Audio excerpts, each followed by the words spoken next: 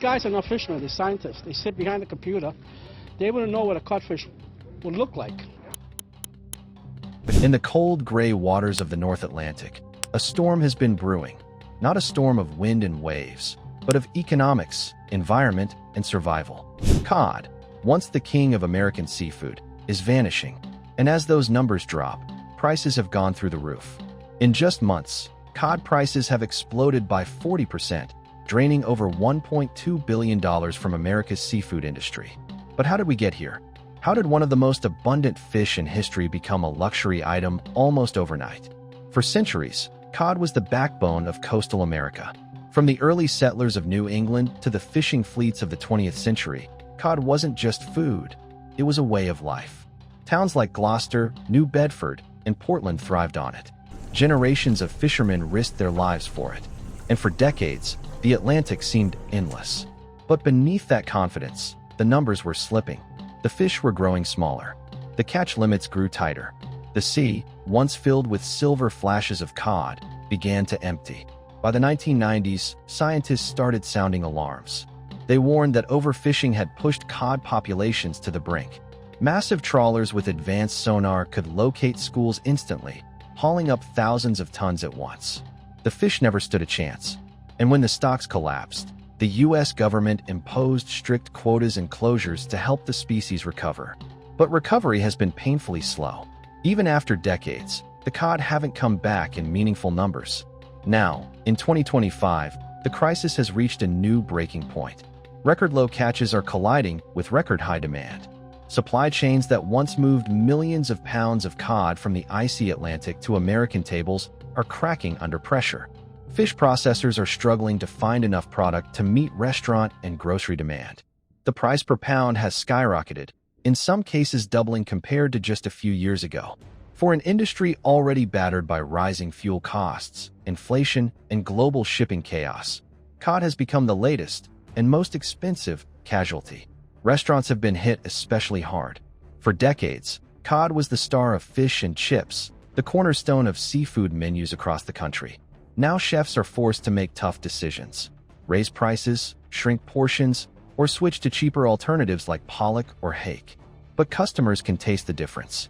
That buttery, flaky cod texture can't easily be replaced. Some restaurant owners have even removed cod from their menus entirely, unable to justify the soaring cost. In Boston, a city built on cod, local fishmongers now describe the market as a feeding frenzy for scraps. The numbers tell a grim story. According to trade data, cod imports have dropped by nearly 30% over the last year, while domestic landings are at historic lows. Meanwhile, demand remains strong, especially from high-end buyers and global markets. That imbalance has drained over $1.2 billion in value from the U.S. seafood sector in lost revenue, rising costs, and supply chain disruption. And with climate change warming the North Atlantic, the situation could grow even worse. Cod are cold-water fish. They thrive in frigid, oxygen-rich waters. But as the ocean warms, their habitat is shifting northward, forcing fishing fleets to travel further into dangerous and less predictable seas. Some populations have moved toward Greenland and the Arctic Circle, while others have simply disappeared from traditional grounds off Massachusetts and Newfoundland. Scientists say the Gulf of Maine, one of America's most productive cod habitats, is now warming faster than 90% of the world's oceans.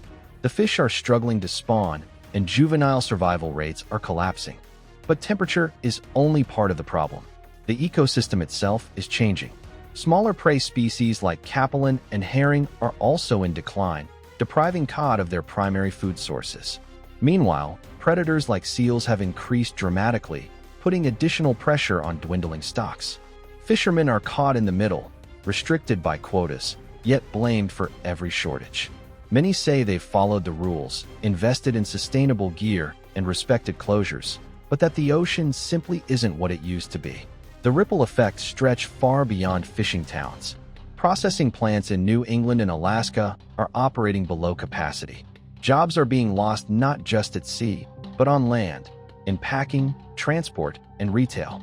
Supermarkets are scrambling to fill freezers with imported alternatives, often from Norway, Iceland, or even Russia. Those imports come at a steep price. As European buyers compete for the same limited supply, global cod prices have surged. And because the US dollar has weakened against Nordic currencies, importers are paying even more. Every step of the chain, from dock to diner, feels the squeeze. Some industry veterans call it déjà vu. In the early 1990s, Canada faced a similar disaster when its once mighty cod fishery collapsed overnight.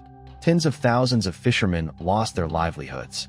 The government banned commercial fishing, hoping the stocks would recover. 30 years later, the cod have still not returned to sustainable levels. That ghost looms large over American fisheries today. The fear is that if current trends continue, the U.S. might face a similar moratorium, effectively ending cod fishing as we know it. There are, however, small glimmers of hope.